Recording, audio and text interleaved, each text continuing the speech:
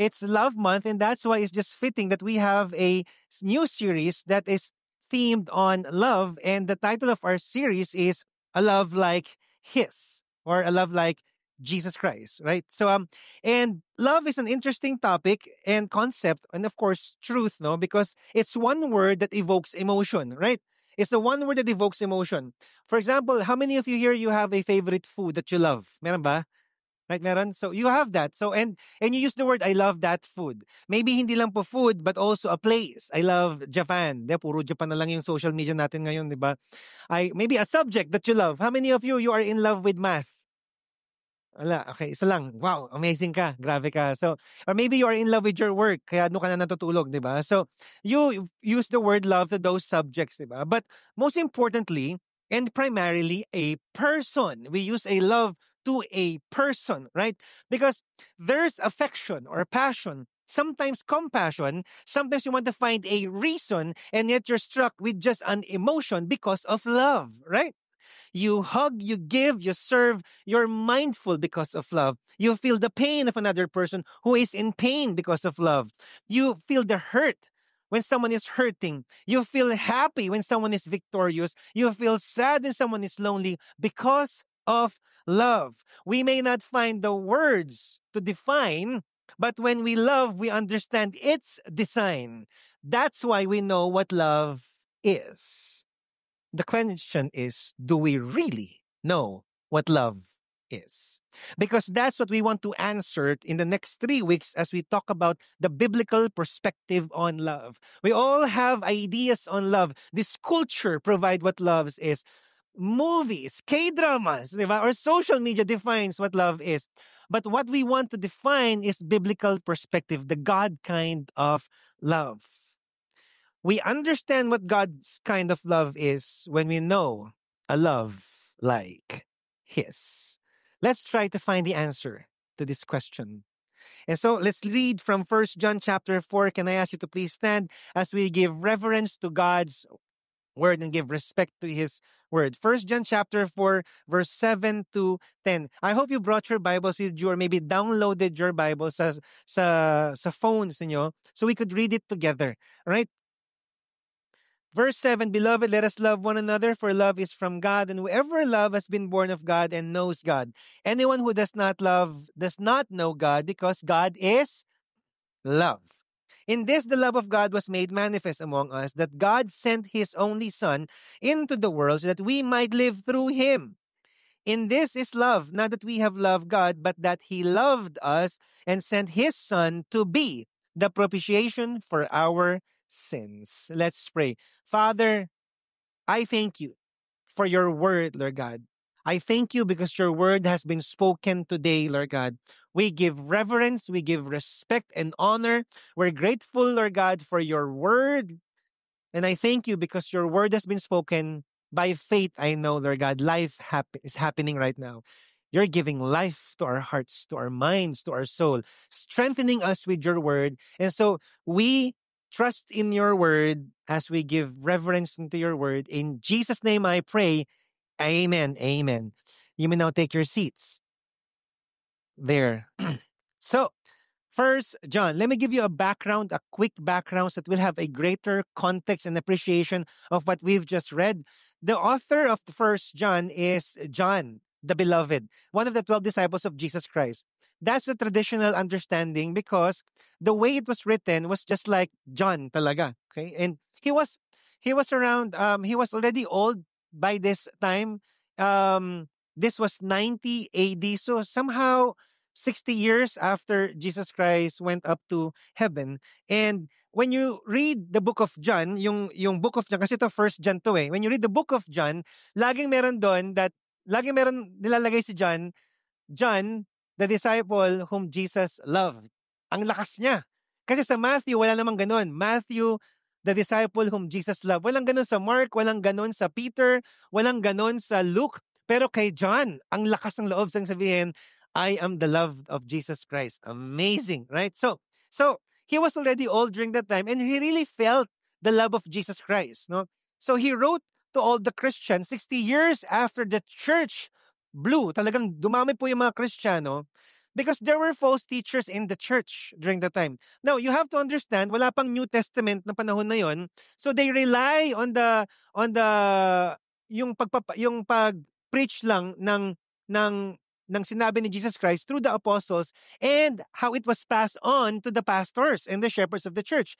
This was 60 years after Jesus Christ went to heaven, tas nagkaroon na po ng church. Walang New Testament, walang Facebook, wala talaga. So, kailangan nilang mag-rely lang sa preaching. And so, during that time, ang dami mga pretenders na pastors who crept into the church and deceived a lot of Christians. So, sabi ni John, I have to write a letter to this church so that they will not be deceived. Hindi sila maloloko.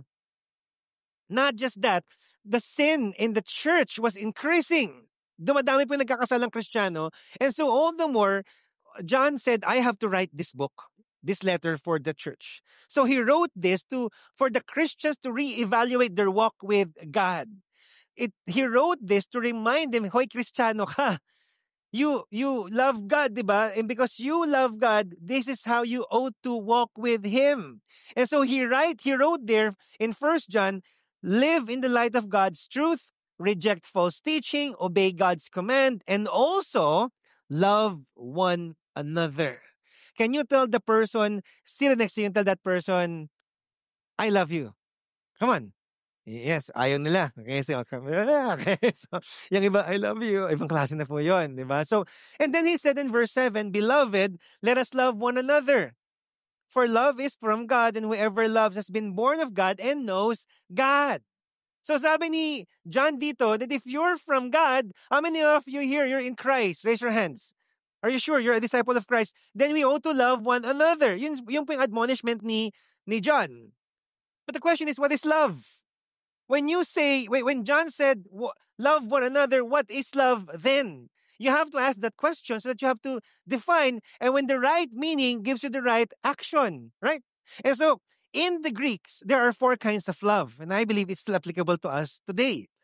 The eros love, it's romantic and sexual love. Then you have the philo love, the deep friendship, brotherly or sisterly love. Then you have the storge love, the family love and natural affection. And then you have the highest form of love, agape love. It is a love that God prefers. That's the working definition.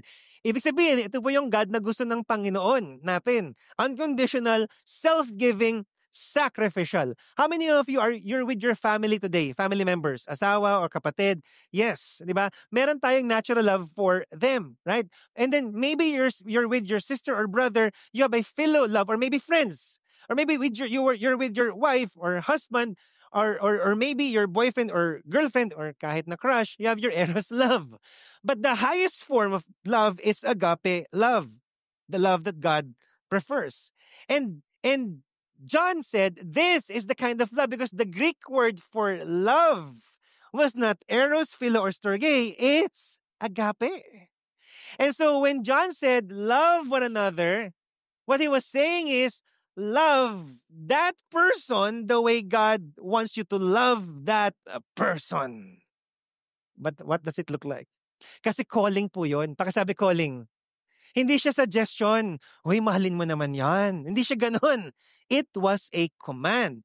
So how does it look like? The first is we need to understand the concept that God is love. Can you say God is love?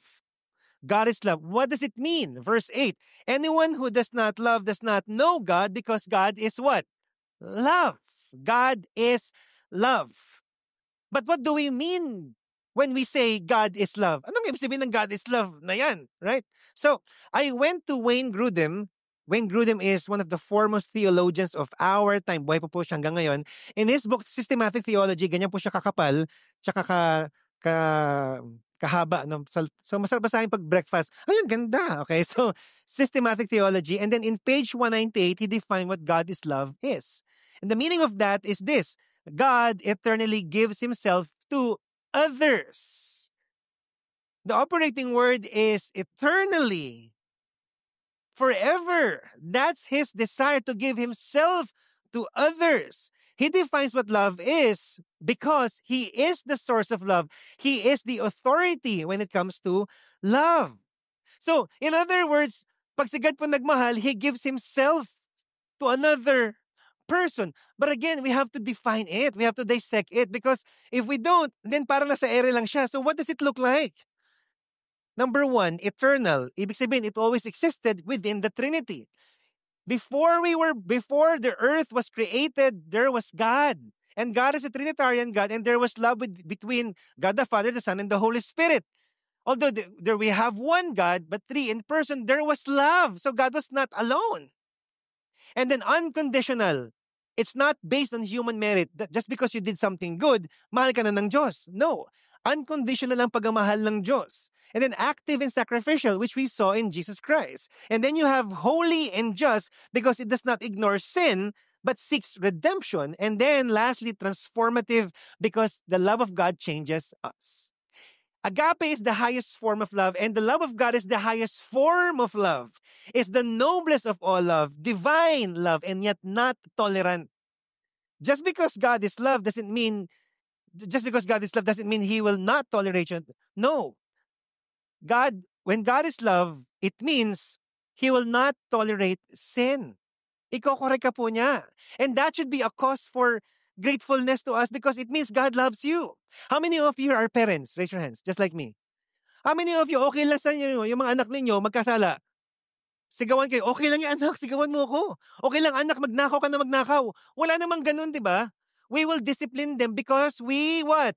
Love them just like God. That's what it means for God to love. Sobrang mahal ka niya, and yet He also aligns you to His preference, yung will po niya. Again, John was talking to Christians here during that time. So to say that love is self-giving, sacrificial, and unconditional, dapat maging source of joy yan sa atin. Can you imagine? Kahit wala po tayong gawin, mahal tayo ng Panginoon. But because mahal tayo ng Panginoon, it should overflow by doing something good. And we do good things not because we want to earn God's love, but because God loved us already. So therefore, it should be a source of joy for us. And guys, we have experienced this kind of love from God. How many of you here na blessed kayo kahit feeling hindi kayo deserving? You experienced that, right? Because God is love. Yung love niya unconditional. And at one point, we've also experienced some of this from human perspective. Sa ibang tao, na-experience nyo rin yung pagmamahal na ganito in a certain degree. Kasi we are created in the image of God and therefore we have the imprint of God's character. So kahit tayo nagmamahal ng parang si God to a certain degree. For example, yung mga anak natin, if you're a parent here, kahit wala po silang gawin, magbibigay tayo sa kanila. Tama ba? Diba parang wala silang ginagawa, and sometimes nagkakasala pa sila, and yet we still give them something, kahit toys. Yung anak ko, grabe, minsan talagang, Lord, patawarin mo ko, Lord God. Talagang nakakaasar talaga. And then, pag sinabi niya, Daddy, I want a toy, parang, because I am a parent, sige na nga. Not to tolerate him, but because I just love him. I want to give gifts. Sacrificial love. We have experienced this. When I was in Dubai, I've seen a lot of OFWs. And mind you, they're sacrificing for the people that they love. How many of you, meron po kayong mga OFW na friends or family members? Right? We have that. And sometimes the problem, well, I know hindi kayo yon, di ba? But sometimes we have a problem here in the Philippines. Ang tendency is pag meron tayong kapatid or kaibigan or lalo na kung kamag-anak na nasa ibang bansa, ang tingin natin, yumaman na siya. At ngayon, umaasa tayo sa kanya. Parang siya na yung savior ng buong family po natin. Where in fact, they're suffering there. They're sacrificing because they loved us. I hope, medyo sidetrack lang ako, no? I hope that as family members, let's just pray for them and not expect more from them because they will really give naman. But you know, they're going through a lot of sacrifices because they love our family members. So we understand what sacrificial love is. Our parents, I know our parents are not perfect and yet we still love them. Tama ba? Pag Mother's Day, Mommy, I love you. Kahit na dami nangyari sa atin. Parang, Dad, pag Father's Day, I love you. Pag birthday, I love you. Because unconditional yung love eh. And also, we correct because we love that person. How many of you, meron kayong gustong kausapin yung i-correct mo siya dahil mahal mo siya? Yung asawa mo. Di ba? And so, meron tayong tendency nun. It's just that it's hard to love consistently. Tama ba? It's hard to love consistently. Because yung love ni God eternal, dito tayo nagkakaroon ng problema. We cannot love consistently. I mean, correction na lang eh. Sa magkakaibigan. Kung talagang mahal mo, i-correct mo yan. But sometimes you don't correct kasi baka ma-offend siya. So, anong gagawin mo? Magsaslander ka na lang. Magagossip ka na lang. Grabe talaga yung si Jovi, yung kanyang umakyat dito. Grabe talaga yung hininga niya. Maraming ganun, for example. So, pagkakalat mo, tapos di mo sasabihin sa kanya until makarating sa kanya, grabe ka naman, friend. Sana kinausap mo na lang ako. Ayoko kasi baka ma-offend ka eh. That's wrong. That's a Filipino culture, di ba? We don't want to offend one another, pero sasabihin mo sa maraming tao. Ang labo. That's not love. Kasi we cannot give that kind of love. Minsan may kondisyon. Mamahalin lang kita. Basta bigyan mo ako nito. Di ba? We are not consistent when it comes to love. If the very definition of love is self-giving, sacrifice, or unconditional, we will not pass. We will not pass that kind of love. Because we base it on what? Emotion. If you feel like it, then I will love you. If I don't feel like it, then I cannot love you. And you know what? I understand. Kasi dapat pag may love, may emotion. It's just that agape kind of love is different because it's the preferred kind of love. It's God's preference of love. Therefore, kahit hindi mo feel, ilalove mo pa rin yan. And therefore, He said, love your enemies. How many of you here meron kataming wag na po, di ba? Enemies, is so hard to love an enemy. It's okay to love a friend. But an enemy, ang hirap. So you mean to say, Lord God, mamahalin ko yung mga politiko na na corrupt. Anyway, so ang hirap kaya nun, Lord. And then He said, love your enemies. Love the people who betrayed you. This is hard. And then He said in Matthew 5 verse 41, if anyone forces you to go 1 mile, go with them 2 miles. Ano ang pinanggagalingan ni Jesus dito? Kasi during the time, they were under Roman oppression. And the law states, during the time, a Roman can command a Jewish person to carry the Romans' belonging to 1 mile. Pero dahil God is love one another, dapat when you carry that, it's not out of oppression, but because you love the Roman guard, the enemy, sasabihin mo sa kanya, okay lang kahit 2 miles kasi mahal na kita. Ha, paano yun? That was hard. How many of you feel that's so hard? Even for our time, that's hard. It was hard then, it's hard now. And yet we experience this kind of love from God every single day. Right? Verse 8, anyone who does not love does not know God. Sabi dito, because the truth is, if we know God, the tendency should be to love. And so, if we say that we know God, how many of you knows God? Knows God. Come on, kala mo ang Diyos. Therefore, the tendency is to love another person, to love the person seated next to you. Pero the meaning of know here is not just educational knowledge, it's experiential knowledge. It means that you experience that kind of love. Di ba we have experienced God's love when we were forgiven of our sins? We experienced God's love. Even after that, we experienced the blessing, we experienced the grace, we experienced the mercy, the forgiveness. Kahit nagkasala tayo, kahit bilang isang Kristiyano, napapatawad pa rin tayo ng Panginoon.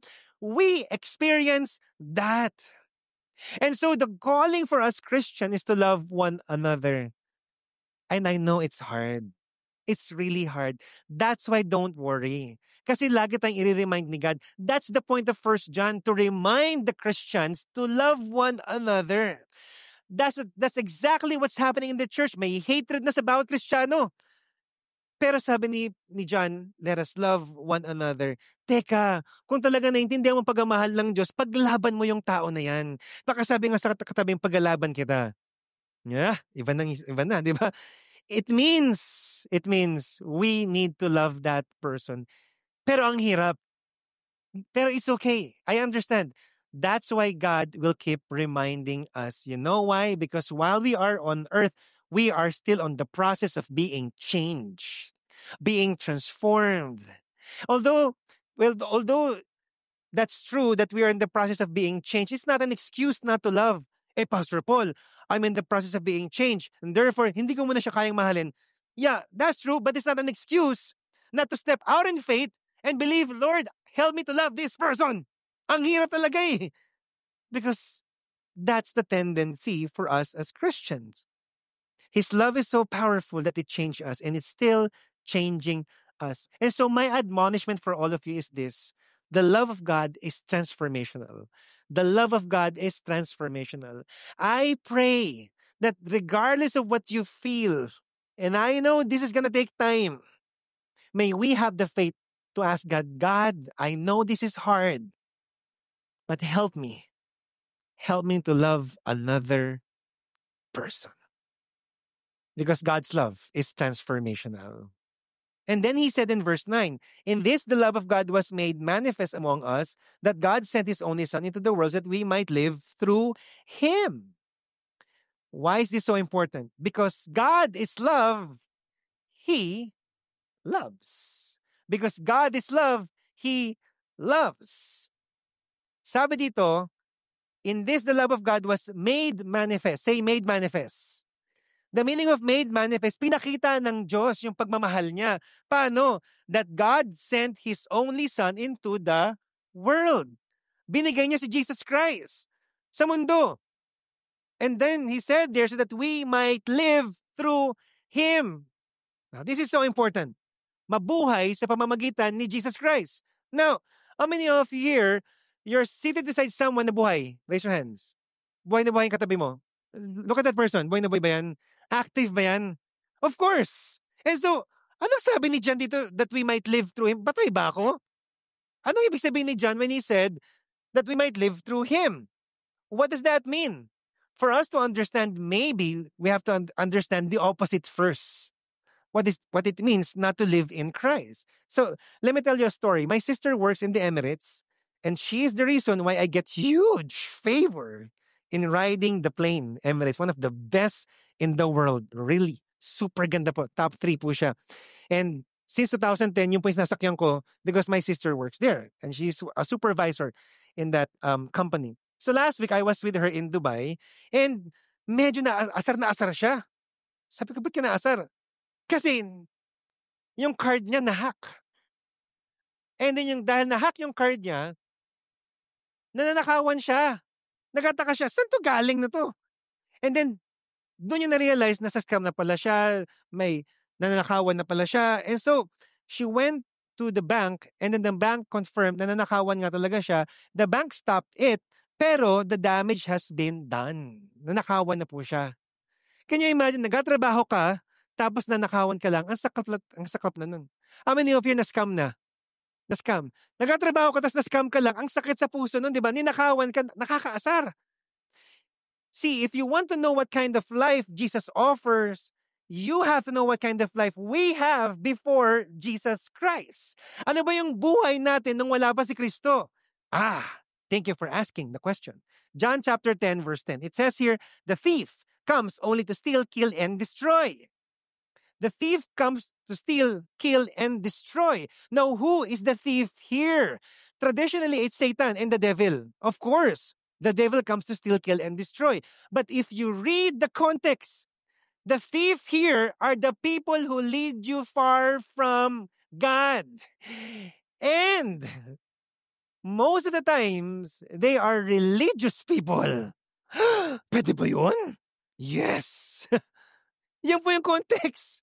There are people who lead you far from God, and sometimes, most of the times, they are religious people. They are beliefs and ideas that makes people so religious, pero walang relasyon sa Panginoon. Punta ka ng church, okay dyan. Pero walang relasyon sa Panginoon. They are people who lead people away from God by pressuring them through pleasures or treasures on earth. Pag yumaman ka, may satisfaction. You go to social media and the message is what? Sana all. It's a message. Parang kailangan magkaroon ako kasi nakita ko sa mga tao sa social media. Because the world right now is promoting that satisfaction and solution to our problema temporary lang. Natuturuan tayo. Not just that, the devil will do everything it can to keep you from enjoying a relationship with God. What does that mean? There are people on earth that leads you far from God. And when you believe that, it becomes dangerous to you. They're like thieves who steal the joy, through purpose, and hope for your life. And when you believe, for example, manifesting, there's no, you can not find that in the Word of God. And if you believe that the universe will be aligned with you, good luck to your life. Why would you believe in the universe when you can believe in the creator of the universe? Are you here? What do you believe is important? Because if you believe in the wrong things or people, it will make your life miserable. Those are the thieves that Jesus was talking about. Nababuhay ka araw-araw pero nananakawan ka ng joy, ng purpose, ng hope sa buhay. That's why in John 10:10, kasi hindi pa siya kompleto, it says there, I came that they may have what? Pakisigaw niyo yung sagot. They may have life and have it abundantly. I came that you may have life. The entire talk sa John chapter 10 is that Jesus is the true shepherd. There are a lot of shepherds, pero false shepherds leading you far from God. Jesus was telling them, if you follow me, I am that life. I will not just lead you to life, I am life. What does that mean? You will have a fully alive soul, mind, strength, and heart. Activated lahat ng senses mo because Jesus gives you life. A life lived of what? True hope, freedom from sin, living in truth, living in faith, living in joy. And bakit abundantly? Because the meaning of abundantly is more than, beyond what is anticipated, exceeding expectation, going past expected limits. When you go to Jesus as the life, it means He is the center of your life. Ibig sabihin nun, let Him lead you. Can you encourage the person, sit next to you and tell that person, let Jesus lead you. Let Jesus be the center of your life. And if He is the center, true wellness happens in your soul. There's rest, there's hope, there's grace, there's joy, and of course, His love and care. And that's why when a person is in Christ, even though you are in your greatest pain, darkest moments, or lowest point of life, only in Christ can we still find grace to go through and endure and persevere. Only in Christ can we have peace and joy that transcends understanding. Hindi mo maintindihan pero may satisfaction. Bakit may ganito ako? Because Jesus is giving you life, fully activated. You cannot understand it, but it's there. If you feel like you have made a wrong turn, just go back to Jesus Christ. Because He has never left you. If you're in the middle of challenges right now, hold on to Christ. If you are in the crisis of faith, stay with Him. You know why? Because if Jesus is life, He is the ultimate hope. The thief may try to steal, kill, and destroy. Paniwalaan mo to, sasabihin ng maraming tao. Hindi! Maniniwala pa rin ako kay Jesus Christ because if Jesus is your true shepherd, He will protect you from thieves. And that's what the love of God is. The love of God leads us to a life lived with Him. Think about it. If you're going through struggles in life right now and Jesus is not there, how miserable life is. If you're going through problem in your marriage and Jesus is not there, miserable yung marriage na yan. But if you're going through tough times in your marriage and you are still in Christ, there is hope in your marriage. Are you here? May peace, may rest. Paglaban natin to. Jesus is with us and He gives us life, not death. So, how can we have this life? Last point. Verse 10, in this is love. Not that we have loved God, but that He loved us and sent His Son to be the propitiation for our sins. Because God loves us with a sacrificial love. God loves us with a sacrificial love. That's what it meant. John was saying real love is not that we love God because we cannot really love God. We cannot be consistent to Him. How many of you can really say, I'm consistent with God? Babasa ka ng Bible, really have fellowship with Him, walang kasalanan. I mean, really, let's have a quick research. How many of you nagkasala last week, this week? Raise your hands. Be honest. Yesterday. Kaninang umaga. Ngayon mismo. Wow! Meron kang inis, tadyak ako kaya to. Okay? We think that way. We cannot love God consistently. So we cannot say, this is love, that I love God. No. What real love is this, that God loved us with a sacrificial love. How? There's a theological word that John said there, propitiation. For what? For our sin. Can you say the word propitiation? How many of you've said this word before or used this word before? Propitiation. Wala pa. Okay. But maybe sa marriage nyo nagawa nyo na to. Kasi the meaning of propitiation is an offering to appease an angry, offended party. Di ba? It's an offering pag galit na galit ka dahil na-offend ka. Kailangan mo ng propitiation sa asawa mo. Okay? So, yun. So, yun pala yun. So, pag nag-aaway kayo, you can use this. I need a propitiation. Okay? So, anyway. How many of you've been offended before? Offended? Walang na-offend dito? Ang galing ninyong lahat. Ulitin ko ha. How many of you na-offend na dito? Yung nakita mo na sa Facebook, nakaka-offend, di ba? Kaya nga tayo laging, mga keyboard warriors tayo ngayon, gagaling natin sa comment section. Pero pag mag-uusap tayo, walang dito nag-uusap, pambihira mundo to, di ba? Ang lakas ng, bata, ang lakas ng loob. Yung lola, kaya niyang i-rebuke, i-correct. Kung mag-uusap ng yan, ng face-to-face, hindi niya magagawa yan. Anyway, nakasar lang ako. So, you've been offended before. How many of you driving here, driving a car? How many of you na-offend na nung nakat ka? Nakakasar, di ba? Nakakasar. And then, you feel the wrath. How is your wrath satisfied? Yung galit. Kakat mo rin siya. Ano yung ganon? Now, imagine this. What if that same driver do that to you every day? Every moment, every second, yun lang ang goal niya sa buhay, mang-offend. Mang-cut ng kotse. How many of you ganun yung purpose sa buhay, mang-offend araw-araw? Pag-gising nyo, ay, maka-offend nga. May ganun ba dito? Can you imagine that same driver every single day, ikakat lang niya yung tao. Ikakat lang niya si Paul, for example. Yung kay ating magiting na usher. Ikakat lang niya every day. Magagalit ka talaga. Are you here? And yet, that's who we are in Christ, in God. Because every day, we offend Him because of our sins. Every single day, we are just like the driver na ang goal ay mangkat. And way more than that. Because that is nothing compared to what we do to Jesus Christ. Because all of us here are sinners. We are in sin. We're great offenders. In fact, the Bible calls us enemies of God. And because of that, we doesn't just expect His anger. We expect His what? Wrath. Galit. Puot na may punishment. And because God is holy and just, God, it is right to pass judgment on all of us because of His wrath. Ultimately, the punishment is eternal separation from Him. You know what that look like? It's a life without hope, without purpose, without meaning.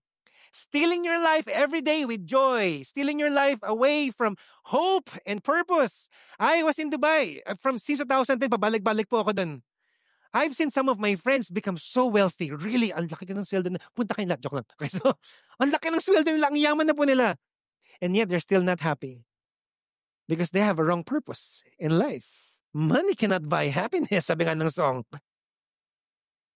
You live your life every day among the thieves because you're living with the thieves, stealing you joy, hope, and purpose. And at the end of your life, when all is said and done, if you have not given your life to Jesus Christ, ultimately you will be shut off from God forever and will encounter the fiery furnace of hell, and that is real. Together with the devil forever and ever. And none of us like that. No one of us would dare be part of that. And yet, because of sin, we deserve the wrath of God. And yet, out of His love, He sacrificed Himself on the cross. That's the meaning of propitiation. Kasi the meaning of propitiation is God is so angry for our sins, someone was offered so that His wrath will be appeased. And the ultimate sacrifice was His Son. Because God is love. He loved us by sacrificing Himself on the cross, and on the cross, the wrath of God was satisfied. No other love can be equated than that. This is a message that we should always hear every day. Kasi po tayong mga Christians sa culture na to, whether you're a Catholic for so long or even a Protestant for so long, we heard this message before and we became so familiar, wala na siyang effect. But if you really, really understand it, we will never be familiar, rise with it, but we will be grateful. God, thank you. I'm separated from you. I'm going to hell, and yet you gave your life for me. We are undeserving of His love. And may His sacrificial love remind us of how much He loved us. I remember Jesus when He said, when He came, I remember, no, the Bible said Jesus came to serve, not to be served. And He served us by dying on the cross as a propitiation for our sins so that God's wrath will be satisfied. That's the love of Christ for us. Listen, we are undeserving of God's love, but He chose to serve by sacrificing His life. And in His sacrifice, we were transformed from living in sin to being made alive in Christ. And guys, we have known this before. And we're still experiencing this every single day. Yes, we have experienced the ultimate love of God when He died for us, forgiven us and saved us. But even up today and forever, we will experience His love. Think about it. We encounter His love every day. How many of you appreciate the air that we breathe? The water that we drink? That's God's love for us. How many of you appreciate the provision of God for us? How many of you appreciate His direction for us? When litong ka na, Lord God, give me direction. That's God's love for you. How many of you appreciate the miracles of God for you in your life? No, wala na may miracle pa din. In your marriage, in your parenting, in your work. When you did not have work, you were given a work. The Word of God is being spoken to us. That's God's love for us. The strength that He gives every day nang hindi mo na kaya.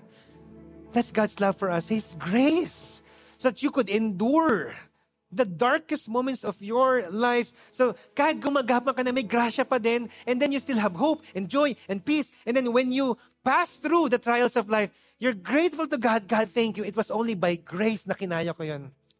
That's God's love for you. The mission that God has given to us serving Him, that's God's love for us. Kasi He qualified us even though we were not qualified. When we are filled with the greatness of God's love, we are able to give love to others. That's why as I end, let me give you this word.